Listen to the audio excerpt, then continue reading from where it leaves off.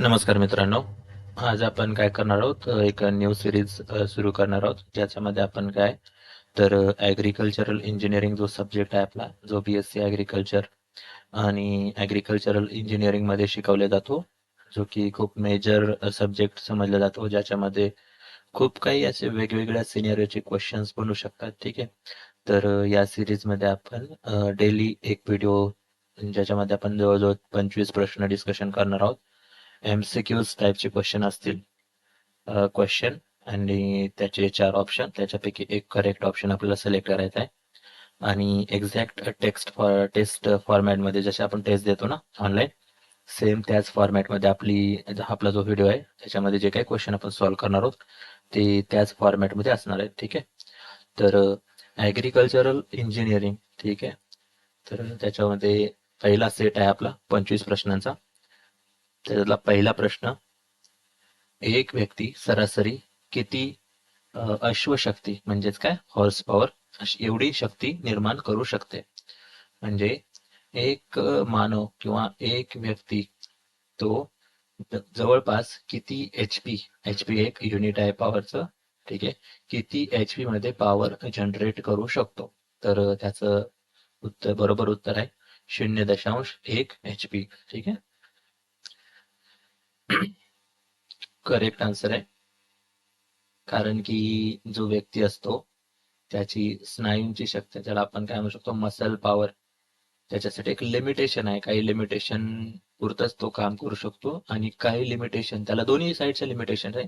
एक वेळेचं पण लिमिटेशन आहे आणि जे वजनाचं प्रमाण आहे, ठीक आहे, किती किती वजन, त्याचं सुद्धा एक प्रमाण किंवा मग एक काय म्हणू शकतो, मर्यादा आहे त्याला. ठीक आहे.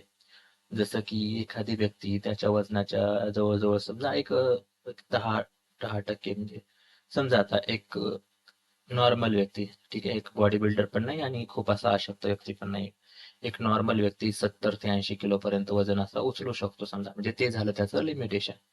आणि दुसरी गोष्ट, तेच वजन उचलून तो जवळजवळ एक 500 मीटर किंवा मग 1000 किलोमीटर चालू शकतो, ते त्याचं अंतराचं लिमिटेशन झालं. सो जो काही व्यक्ती असतो त्याच्या स्नायूंची किंवा मग ज्यांच्या मसल जे आहेत ना, त्यांना काम करण्याची लिमिटेशन आहे, वजनाची पण आणि अंतराची पण.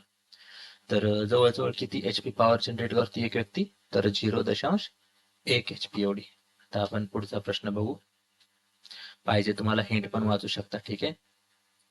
नेक्स्ट क्वेश्चन: बैल त्याच्या शरीराच्या वजनाच्या सरासरी किती प्रमाणात बल लावू शकतो?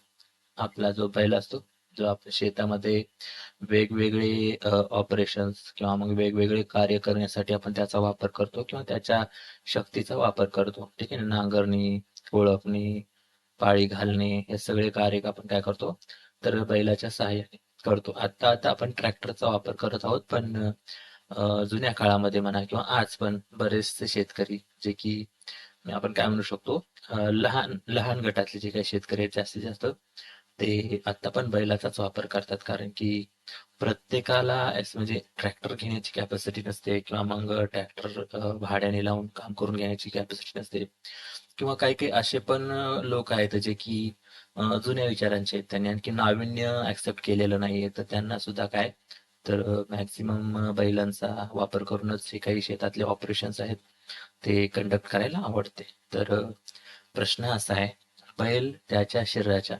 वजनाच्या सरासरी किती प्रमाणात बल लावू शकते? आता एका बैलाची हॉर्स पॉवर मध्ये आपल्याला पॉवर सांगायची नाहीये, ठीक आहे. तर याच्यामध्ये काय सांगायचंय की त्याचं वजन जेवढं आहे त्याच्या कंपॅरिझन मध्ये तो किती बल लावू शकतो. ठीक आहे.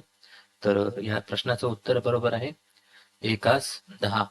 हे ऑप्शन सी करेक्ट आन्सर आहे. म्हणजे काय, बैलाचं वजन समजा 1 टन असेल किंवा मग समजा 100 किलो, आपण सोपं धरू, ठीक आहे, 100 किलो असेल, तर तो किती बल किंवा मग काय म्हणू शकतो आपण, किती बल लावू शकतो, ठीक आहे, किती ताकद लावू शकतो तो तो ती किती आहे, तर 1:10. म्हणजे 100 जर असेल तर 100रातली 10, 100 किलो जर वजन असेल तर त्याच्यातले 10 किलो एवढी पॉवर तो लावू शकतो. ठीक आहे. प्रश्न तिसरा: मध्यम आकाराचा बैल किती अश्वशक्ती निर्माण करू शकतो? आता प्रश्न आलेला आपला मेन प्रश्न. प्रश्न काय आहे की मध्यम आकाराचा किंवा मीडियम साईज, ठीक आहे, ॲव्हरेज म्हणू शकतो आपण. एक लई असा बलाढ्य बैल पण नाही आणि एक कमकुवत बैल पण नाही, एक नॉर्मल, ठीक आहे, हेल्दी बैल. त्याच्या जो जवळपास किती HP एवढी एनर्जी निर्माण करू शकतो किंवा शक्ती, अश्वशक्ती किती निर्माण करू शकतो, असा प्रश्न आहे. आता माणसाची आपण बघितलं, एक नॉर्मल माणूस किती, तर 0.1 HP एवढी पॉवर जनरेट करू शकतो. आणि ती जर बघितलं आपण बैलामध्ये, तर माणसापेक्षा बैल जवळजवळ एक 5 पट ते 7-7.5 पट जास्त एनर्जी किंवा मग अश्वशक्ती निर्माण करू शकतो. तर करेक्ट आन्सर काय पाहिजे, तर 0.1 तर आपले माणसाचे, ठीक आहे. तर 0.5 5 पट म्हणलं होतं ना मी, तर तो असू शकते, ठीक आहे. 5 ते 7.5 ही असू शकते, ठीक आहे. करेक्ट आन्सर हेच असणार आहे. हिंट पण वाचून घेऊ शकता, ठीक आहे. तर एक ॲव्हरेज किंवा मग साधारण किंवा त्याला आपण काय म्हणू शकतो, एक मध्यम किंवा मीडियम साईज जो कोणता बैल असतो, तो टोटल 0.50 ते 0.70 एवढी एनर्जी HP मध्ये तो जनरेट करू शकतो, निर्माण करू शकतो. पुढचा प्रश्न घेऊ. प्रश्न 14. डिझेल इंजिनची औष्णिक कार्यक्षमता, त्याला आपण थर्मल एफिशियन्सी म्हणतो इंग्लिशमध्ये, साधारणपणे किती असते? ठीक आहे. आपल्याला काय सांगायचंय, औष्णिक कार्यक्षमता सांगायची. कशाची? तर डिझेल इंजिनची. ऑब्विसली जे कोणते मोठे मोठे आपण काय म्हणू शकतो, वाहने असतात, जसं की ट्रॅक्टर झालं, ट्रक झालं, त्यांच्यामध्ये जास्त करून आपण डिझेलचाच वापर करतो. आणि ऑब्विसली त्याची थर्मल एफिशियन्सी पण बऱ्यापैकी चांगली असते, ठीक आहे. तर तोच प्रश्न आहे आपल्याला, की बाबा डिझेल इंजिनची थर्मल एफिशियन्सी जवळजवळ किती असते. तर याचं करेक्ट आन्सर आहे 32 ते 38% म्हणतो आपण त्याला, ठीक आहे. तर हे करेक्ट आन्सर असणार आहे आपलं. आणि हिंट पण तुम्ही वाचून घेऊ शकता, ठीक आहे. आता इथनं पुढे मी तुम्हाला हिंट पण ओपन करून देईल, तुम्हाला गरज असली तर वाचा, नाही तर तशी पण काही गरज नाही, ठीक आहे. कारण की आपण क्वेश्चन मध्ये ऑलरेडी त्या सगळ्या गोष्टी बघतच आहोत. Next question. आता आपण डिझेल इंजिनचं बघितलं, ठीक आहे. डिझेल इंजिनचं होतं 32 ते 38, जे की जास्त असते. तुम्हाला म्हणलं मी, डिझेल मोठ्या मोठ्या वाहनांमध्ये वापरले जाते कारण की त्याची थर्मल एफिशियन्सी चांगली असते म्हणून. आता दुसरा ऑप्शन आहे, नेक्स्ट क्वेश्चन आहे, की बाबा पेट्रोल इंजिनची औष्णिक कार्यक्षमता, त्याला थर्मल एफिशियन्सी म्हणतो, ठीक आहे ना, साधारणपणे किती असते? तर साधी गोष्ट आहे, 32 पेक्षा तर कमीच असणार आहे, राईट. तर ती जवळजवळ असते 25 ते 32, ठीक आहे. डिझेल पेक्षा पेट्रोलची थर्मल एफिशियन्सी कमी, किती आहे? 25 ते 32, ठीक आहे. पुढचा प्रश्न आहे. नॅपसॅक स्प्रेअर मध्ये, ठीक आहे, वापरल्या जाणाऱ्या अतिउष्ण वेगाच्या इंजिनासाठी कोणते इंधन वापरले जाते? ठीक आहे. स्प्रेअर किंवा फवारा म्हणतो आपण त्याला, ठीक आहे. नॅपसॅक टाईपचा फवारा असतो, त्याच्यामध्ये आपण इंजिन यूज करतो, ठीक आहे. आणि त्या इंजिनला एक शक्ती येण्यासाठी किंवा शक्ती निर्माण होण्यासाठी किंवा पॉवर जनरेट होण्यासाठी कोणत्या ना कोणत्या फ्युएलचा किंवा मग काय म्हणू शकतो आपण फ्युएलला, इंधनाचा, कोणत्या ना कोणत्या इंधनाचा आपण वापर करतो, राईट ना. तर मग आपला प्रश्न असा आहे की ते कोणतं इंधन आपण त्याच्यामध्ये वापरतो, कशामध्ये? नॅपसॅक स्प्रेअरमध्ये शक्ती निर्माण होण्यासाठी. तर ते कोणतं आपण वापरतो, तर पेट्रोल वापरतो, ठीक आहे. कारण की हे असं म्हणजे खूप मोठी अशी मशीन नाहीये किंवा मोठं वाहन नाही, ठीक आहे. याचं काम पेट्रोलवर पण भागू शकते, ठीक आहे. तर नॅपसॅक मध्ये आपण पेट्रोलचा वापर करतो ऊर्जा निर्मितीसाठी. नॅपसॅक काय, तर एक फवारा जे आपण यूज करतो केमिकल्स वगैरे स्प्रे करण्यासाठी, ठीक आहे. तर त्याच्यामध्ये आपण पेट्रोल यूज करतो ऊर्जा निर्मितीसाठी. पुढचा प्रश्न आहे, ब्रॉड बेस टेरेस, ठीक आहे, ला कोणत्या नावाने ओळखले जाते? ठीक आहे. ब्रॉड बेस टेरेस तुम्हाला चांगल्या प्रकारे माहिती असेल, ठीक आहे. जर तुम्ही ऍग्रिकल्चर केलेलं असेल तर त्याचं दुसरं नाव आपल्याला विचारलेलं आहे, ठीक आहे. तर त्याचं दुसरं नाव आहे ड्रेनेज टाईप टेरेस, ठीक आहे. पवनचक्की, त्याला आपण इंग्लिशमध्ये वाईन मिल पण म्हणतो, चालवण्यासाठी वाऱ्याचा वेग किमान किती असणे आवश्यक आहे? म्हणजे वाइंडमिल फिरण्यासाठी किंवा त्याच्यापासून ऊर्जा निर्मिती होण्यासाठी सुद्धा हवेची एक ठराविक गती असणे आवश्यक असते. ठीक आहे, आता बघू आपण किती पाहिजे ते.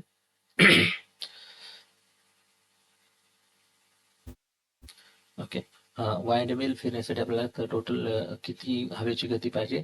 तर जवळजवळ ती पाहिजे आपल्याला 10 किलोमीटर प्रति तास. ठीक आहे, पुढचा प्रश्न. सॉरी, बेंच टेरेस ला काय म्हटले जाते? ठीक आहे, बेंच टेरेसला काय म्हणतात? तर त्याला म्हणतात स्टेअरकेस फार्मिंग. ऍक्च्युली काय आहे माहिती का, याचे मला मराठी शब्द सापडले नाहीत, त्याच्यामुळे मी त्यालाच कन्वर्ट केले. थोडक्यात काय आहे, तर जे काही आपण MCQ आता घेतोय ना, ते माझ्याकडे इंग्लिशमध्ये अवेलेबल होते आणि त्यालाच मी AI चा वापर करून मराठीमध्ये कन्वर्ट केले. तर चला नेक्स्ट क्वेश्चन घेऊ आपण. ठीक आहे, 64 ते 6.4 ते 37 किलोमीटर प्रति तास वेगाच्या वाऱ्यापासून पवनचक्की किती अश्वशक्ती म्हणजे HP मध्ये आपल्याला सांगायचे अश्वशक्ती निर्माण करू शकते? ठीक आहे, तर आपल्याला सांगायचं आहे 6.4 ते 37 किलोमीटर प्रति तास एवढा वेग आहे वाऱ्याचा, आणि त्याच वाऱ्याच्या वेगाचा वापर करून पवनचक्की किती ऊर्जा किंवा मग अश्वशक्ती किती तयार करू शकते? तर याचं उत्तर आहे 0.1 ते 0.9 HP एवढे. 10 मानवी शक्ती म्हणजेच ह्युमन पॉवर किती अश्वशक्ती HP एवढी शक्ती तयार करू शकतात किंवा बरोबर इक्वल असणार आहेत. ठीक आहे, म्हणजे 10 व्यक्तींबद्दल सांगितले. आणि आपण जेव्हा क्वेश्चन सुरू केले होते तेव्हा सुरुवातीलाच आपण काय बघितलं होतं की बाबा एक ॲव्हरेज साईजचा व्यक्ती किंवा माणूस किती जवळजवळ 0.1 HP एवढी ऊर्जा निर्मिती करू शकतो. ठीक आहे, आपल्याला काय सांगायचं आता, 10 माणसं मिळून टोटल किती HP एवढी ऊर्जा निर्मिती करू शकतात? तर ऑब्विसली 0.1 गुणिले 10 करायचे आपल्याला, तर 1 HP एवढी ऊर्जा निर्मिती करू शकतात. ठीक आहे, बैलांची एक जोडी साधारणपणे किती अश्वशक्ती निर्माण करू शकते? ठीक आहे, किती ऊर्जा निर्माण करू शकते HP मध्ये? सॉरी ऊर्जा शक्ती तुम्ही मॅनेज करून घ्या. ठीक आहे, तर आपण एका बैलाचं तर बघितले, एका बैलाचं आपण किती ऊर्जा निर्मिती करते असं बघितलं होतं, तर 0.5 पासून ते 0.75. ठीक आहे, ते एका बैलाचं होतं. आपल्याला आता जोडीचं काढायचंय, तर ऑब्विसली त्याला दोन पट करायला लागेल, बरोबर ना? तर 0.5चा 2 पट काय होतं? 1 HP. आणि आपल्याला मिनिममच सांगावं लागणार आहे, जास्तीत जास्त सांगता येणार नाही. ठीक आहे, जास्तीत जास्त म्हणलं तर मग 2 ऑप्शन आपल्याकडे आहेत, एक 1.5 आणि एक 1 HP. ठीक आहे, आपण मिनिमम उत्तर देऊ 1 HP चं. ठीक आहे, तेच करेक्ट असणार आहे. 2 पवनचक्क्या किती अश्वशक्तीच्या बरोबर असतात? आता 2 पवनचक्की मिळून किती ऊर्जा निर्मिती करू शकतात HP मध्ये, असा प्रश्न आहे आपल्यात. तर त्याचं खरं करेक्ट उत्तर आहे तर 1 HP. सॉरी, काय चुकलं आपल्या याच्यामध्ये?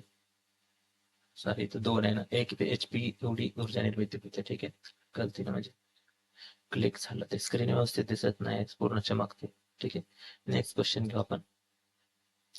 लहान शेतकऱ्याची स्मॉल फार्मरची जमीन धारण क्षमता किंवा मग जमीन धारणा किती असते?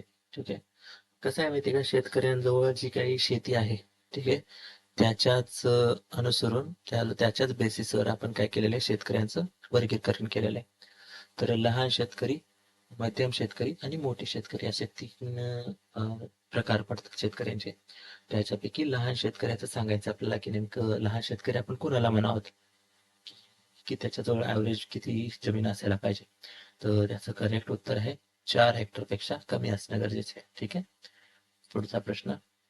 सीमांत, त्याला मार्जिनल म्हणू शकतो किंवा मध्यम काय म्हणू शकतो आपण, मध्यम शेतकरी किंवा मध्यम जमीन, मध्यम, ठीक आहे आपण मार्जिनल म्हणू. ठीक आहे, मार्जिनल किंवा सीमांत शेतकरी आपण कोणाला म्हणू शकतो? तर 4 हेक्टरपेक्षा जास्त जमीन असली पाहिजे अशाला म्हणू शकतो. ठीक आहे. तर लिमिटेशन 4 आहे. 4 पेक्षा पुढे 5 वगैरे 4 पेक्षा 4.1 जरी हेक्टर असेल तरी तो काय झाला मग मार्जिनल किंवा सीमांत शेतकरी झाला. ठीक आहे. तर मग त्याची कॅपॅसिटी किती असायला पाहिजे? अराउंड 4 ते 10 हेक्टर असायला पाहिजे. ठीक आहे. पुढचा प्रश्न बघू आपण. आता दोन बघितले आपण, एक लहान शेतकरी, दुसरा सीमांत, आणि आता मोठ्या शेतकऱ्याची जी काही जमीन धारणाची क्षमता असते ती किती असायला पाहिजे. लहान याची आपण बघितली 4 हेक्टर आहे. ठीक आहे. लहान आहे 4 हेक्टर आहे. मध्यमचे जवळ 4 ते 10 एकर, बरोबर. आणि आता मोठ्याची ऑब्विसली किती असणार आहे? 10 पेक्षा जास्त ना, 10 नाही. 10 जर असेल तर तो सीमांतच होईल. 10 पेक्षा जास्त असेल. ठीक आहे. Next question.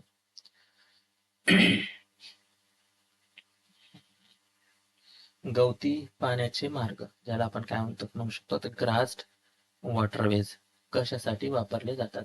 बरोबर. तर बघा, तर दोन आपण बघू तर वॉटरवेज दोन म्हणजे शेतामध्ये तुम्ही भिजवलं असणाऱ्याची शेती आपल्या म्हणजे पारंपरिक पद्धतीने दांडाने. तर मग आपण बऱ्याच वेळा बघतो जेव्हा पाण्याचा वेग जेव्हा जास्त असतो ना, तेव्हा ते दांडाच्या शेजारची माती काय होते, वाहून जाते. पण त्याच जागी जर त्या मातीमध्ये समजा गवत जर असतं उगवलेलं, किंवा मग खूप सारे असे शेतकरी असतात की ते जे आपलं दांडामधली माती किंवा मग जे आपण काय आपलं दांड फोडतो ना, ते फोडत असताना ते दांडाची माती वाहून परत तो दांड, बुजलेला दांड फुटू नये म्हणून आपण आपले शेतकरी काय करतात, त्याच्यामध्ये गवताचा वापर करतात. गवत मिक्स करतात मातीमध्ये आणि ते लावतात. त्याच्यामुळे काय होते, तर ते जे आमच्या इकडं परभणीला त्याला भुंटा म्हणतात. ठीक आहे. ते फुटत नाही. तर इथं काय प्रश्न आहे, समजा आता तो दांडामध्ये कोणत्या पण दांड किंवा मग पाण्याचा मार्ग आहे ज्याच्यामध्ये गवत जर असेल, किंवा गवत असलेल्या मार्गाचा वापर का केला जातो किंवा कशासाठी केला जातो? तर ह्याच्यामध्ये काय ऑप्शन आहेत? विहिरी भरण्यासाठी, डायव्हर्जन चॅनल, आउटलेट आणि इनलेट. 4 ऑप्शन आहेत. ह्याच्यामध्ये याचं करेक्ट आन्सर असणार आहे आउटलेटसाठी. कुठे गेला आउटलेट? येस, आउटलेटसाठी. तर तुम्हाला मी हे पण सांगितलं की बाबा ग्रास टू वॉटरवे याचा वापर आपण का करतो, तर आउटलेटसाठी करतो. आता आउटलेट्स म्हणजे काय, तर पावसाळ्यामध्ये काय होतं माहिती आहे ना, की आपल्या शेतामध्ये पाणी खूप जास्त प्रमाणात साचतंय. मग ते पाणी आपल्याला काय करायचं असतं, शेतीच्या बाहेर काढायचं असतं. त्याला मग आपण काय करतो, कुठनं नाही कुठनं ज्या साईडनं पाणी साचलेलं आहे तिकडनं आपण पाणी बाहेर काढण्याचा प्रयत्न करतो. बट ते जर आपण पाणी तसंच जर बाहेर काढलं, ठीक आहे, साचलेलं पाणी, तर पाण्यासोबत सोबत काय होऊन जाईल, आपली जी सुपीक माती आहे किंवा मग सुपीक माती त्या पाण्यामध्ये जी मिक्स झालेली आहे किंवा त्या पाण्यासोबत ती माती पण काय होऊन जाईल, निघून जाईल. तर ते आउटलेट्स जे बनवले जातात ते जास्त करून सनी गवताच्या गवती मार्ग असला पाहिजे तो, जेणेकरून काय, तर जे काही माती आहे पाण्यामध्ये, पाण्या थ्रू जाणारी ती काय होणार नाही, जास्त प्रमाणात जाणार नाही. किंवा मग ज्या ठिकाणाहून ती माती पाणी चालले, ते ऑब्व्हियसली पाणी जाताना काय होते, ते त्यासोबतची माती पण घेऊन जाते. तर ते छोटासा आपण रस्ता जर केलेला असेल पाणी जाण्यासाठी, तो रस्ता काय होतो, मोठा होतो. थोडक्यात एखाद्या वेळेस खूप जास्त माती किंवा खूप जास्त शेत आपलं काय होऊन जाते, त्याच्यामध्ये वाहून जातं. तर ते होऊ नये याच्यासाठी आपण काय करतो, तर ग्रास्ड वॉटरवेज किंवा ज्याला आपण काय म्हणू शकतो, आपण गवती पाण्याचे मार्ग वापरत असतो. पुढचा प्रश्न बघू आपण. पीक व्यवस्थापन प्रणाली, ज्याला आपण काय म्हणू शकतो, क्रॉप मॅनेजमेंट सिस्टीम, कशाची घट करते किंवा कशात घट करते? तर क्रॉप मॅनेजमेंट सिस्टीम मध्ये ऑप्शन बघू एकदा. ठीक आहे. मातीच्या कणांचे विलगीकरण आणि वहन दोन्ही पण कमी होते किंवा होऊ देत नाही. ठीक आहे. दुसरा आहे केवळ पाण्याचा निचरा. बरोबर आहे, पाण्याचा निचरा, कारण की पाण्यासोबत आता थोड्या वेळापूर्वी तुम्हाला एक्सप्लेन केलं, तुम्हाला काय म्हणतो पण एक्सप्लेन केलं होतं तुम्हाला. ठीक आहे.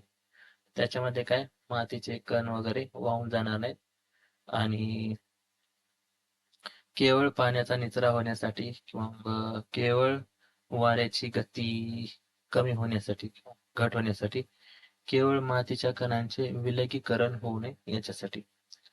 तर याचा करेक्ट आन्सर काय, एक सेकंड तिथे, बरोबर आहे, ऑप्शन खाली वरी झाले, दुसरा काय नाही. हे काय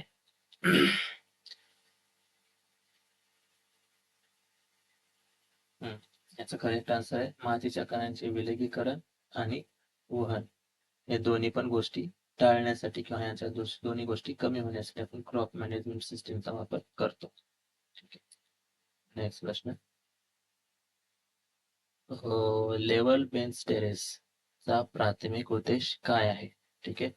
पाणी वाचवणे आणि मृदा संधारण करणे, केवळ पीक काढणी सोपी करणे, उभ्या जमिनीला शेती योग्य करणे किंवा केवळ रन ऑफ कमी करणे.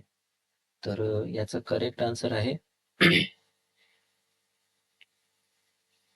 पाणी वाचवणे आणि मृदा संधारण करणे. ठीक आहे. नेक्स्ट. कमी वेगाचे इंजिन, लो स्पीड इंजिन किती वेगाने चालते? आता इंजिन जे आहे ना, ज्याला आपण मशीन म्हणतो, इंजिनच ठीक आहे, मशीन नको. इंजिन त्याच पण आपण काय केलेलं आहे, त्याचं जे काही वेग असतो, ठीक आहे, त्याच्यानुसार आपण त्याचं पण वर्गीकरण केलेलं आहे.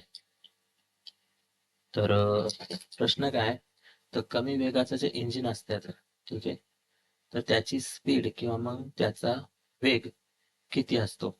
तर त्याचा वेग किती असतो? 350 रिव्होल्यूशन पर मिनिट. ठीक आहे. 350 वेळा ते काय होत्यात, राऊंड राऊंड फिरते ती. ठीक आहे. सॉरी त्याच्यापेक्षा कमी करायचं होतं आपल्याला. ठीक आहे. Next question. मध्यम वेगाच्या इंजिनची स्पीड किती असणार आहे? मध्यम म्हणजे काय, तर ऑब्विसली 350 पेक्षा कमी जे होतं ते कमी वेगाचे इंजिन होते. आता 350 ते 1000 रिव्होल्यूशन पर मिनिट हे काय असणार आहे? त्याचा आन्सर असणार आहे. Next question. उच्च वेगाचे, याच्यामध्ये पण सेम 1000 पेक्षा जास्त वेग असायला पाहिजे. ठीक आहे. आता पुढचं, सिंगल सिलेंडर इंजिन. आता सिलेंडर इंजिनचे खूप वेगवेगळ्या प्रकारे क्लासिफिकेशन किंवा वर्गीकरण केलेलं आहे. आता आपण कशावरून बघितलं, तर ते किती स्पीडनं फिरते याच्या बेसिसवर आपण बघितलं. तिथं काय नाही, 2 नंबर लक्षात ठेवा, एक 350 आणि दुसरा 1000. 350 पेक्षा कमी तो कमी वेगाचा, मध्यम वेगाचा 350 ते 1000 आणि जास्त वेगाचा काय, तर 1000 पेक्षा जास्त. आता काय, सिलेंडरच्या बेसिसवर वर्गीकरण बघूता. सिंगल सिलेंडर इंजिन प्रामुख्याने कोठे वापरले जाते? ठीक आहे. Single cylinder, double cylinder, engineering जर तुम्ही केलेलं असेल तर तुम्हाला चांगल्या प्रकारे माहिती असू शकते. ठीक आहे. तर सिंगल सिलेंडर इंजिन हे आपण कुठं वापरले जातो, तर स्टेशनरी इंजिन मध्ये वापरले जाते. विहिरीवरचे पंप किंवा जनरेटर वगैरे त्याच्यामध्ये वापरले जाते single cylinder engine. Next. Steam engine. ठीक आहे. हे कोणत्या प्रकारचे इंजिन आहे? स्टीम इंजिनचा प्रकार आपल्याला सांगायचा आहे, तर ते कोणते आहे, तर सिंगल स्ट्रोक इंजिन आहे. नेक्स्ट. खालीलपैकी कोणते इंजिन सहसा, किती प्रश्न आहे 25, सहसा 2 स्ट्रोक इंजिन असते? ठीक आहे. खाली काही इंजिनचे प्रकार दिलेले आहेत, त्याच्यापैकी 2 स्ट्रोक इंजिन कोणतं आहे ते सांगायचं आपल्याला. स्टीम इंजिन आपण बघितलेलं आहे. ठीक आहे. ते सिंगल सिलेंडर असतात. तर पेट्रोल इंजिन जनरली काय असतं, तर 2 स्ट्रोकचे इंजिन असतात. ठीक आहे. तर आजचे 25 प्रश्न होते. मला वाटते क्वेश्चनची क्वालिटी बऱ्यापैकी चांगली. असं नाही की क्वेश्चन मी माझ्या एंडने तयार केलेले, मी पण कुठनं तरी उचललेलेच आहेत आणि ऑथेंटिकेटेड वेबसाईटवरनं उचललेले आहेत, जे की खूप इम्पॉर्टंट आहे. आणि ह्या क्वेश्चनची क्वालिटी आणि हे क्वेश्चन किती इम्पॉर्टंट आहे ते ॲग्रिकल्चरल इंजिनिअरिंग आणि BSc ॲग्रिकल्चरच्या मुलांना चांगल्या प्रकारे माहिती असू शकते. आणि या प्रश्नांचा वापर तुम्ही कुठे करू शकता, तर जी कोणती आपली ग्रामसेवक एक्झाम आहे किंवा मग MPSC एक्झाम आहे, त्याच्यामध्ये या प्रश्नांचा वापर होऊ शकतो किंवा या प्रकारचे प्रश्न येऊ शकतात. आणि आपण काय करणार आहे माहिती आहे का, जवळजवळ 1700च्या पेक्षा पण जास्त प्रश्न ॲग्रिकल्चरल इंजिनिअरिंगचे फक्त आपण बघणार आहोत या सिरीजमध्ये. ठीक आहे. तर पुढचे जे काही 25 प्रश्नांचा सेट आहे तो आपण उद्या लवकरच घेऊन येऊ. ठीक आहे. आणि सगळ्यात मेन गोष्ट, इथनं पुढं मीच व्हिडिओ बनवेल. ठीक आहे. माझ्याच व्हॉइसमध्ये आहे ना हो, तेवढं काय मला एक्सप्लेनेशन वगैरे देता नाही येणार, पण स्टील आपण प्रॅक्टिस म्हणून काय करू शकतो, व्हिडिओ बघू शकतो. ठीक आहे. आणि या सिरीजला आता रोज जर तुम्हाला पाहायचं असेल तर तुम्हाला ऑब्विसली चॅनलला सबस्क्राईब करावं लागणार आहे, जेणेकरून काय होईल, जसं आम्ही इकडनं व्हिडिओ अपलोड करेल तसं तुमच्याकडनं नोटिफिकेशन येऊन जाईल. आणि स्पष्ट सांगून टाकायचं, व्हिडिओ जर आवडला ठीक आहे, नाही आवडला तर काही जर रिक्वायरमेंट असतील तुमच्या तर तुम्ही काय करायच्या डिरेक्टली कमेंटमध्ये सांगून टाकायच्या. ठीक आहे. तर भेटू नेक्स्ट व्हिडिओमध्ये किंवा नेक्स्ट पार्टमध्ये. थँक्यू.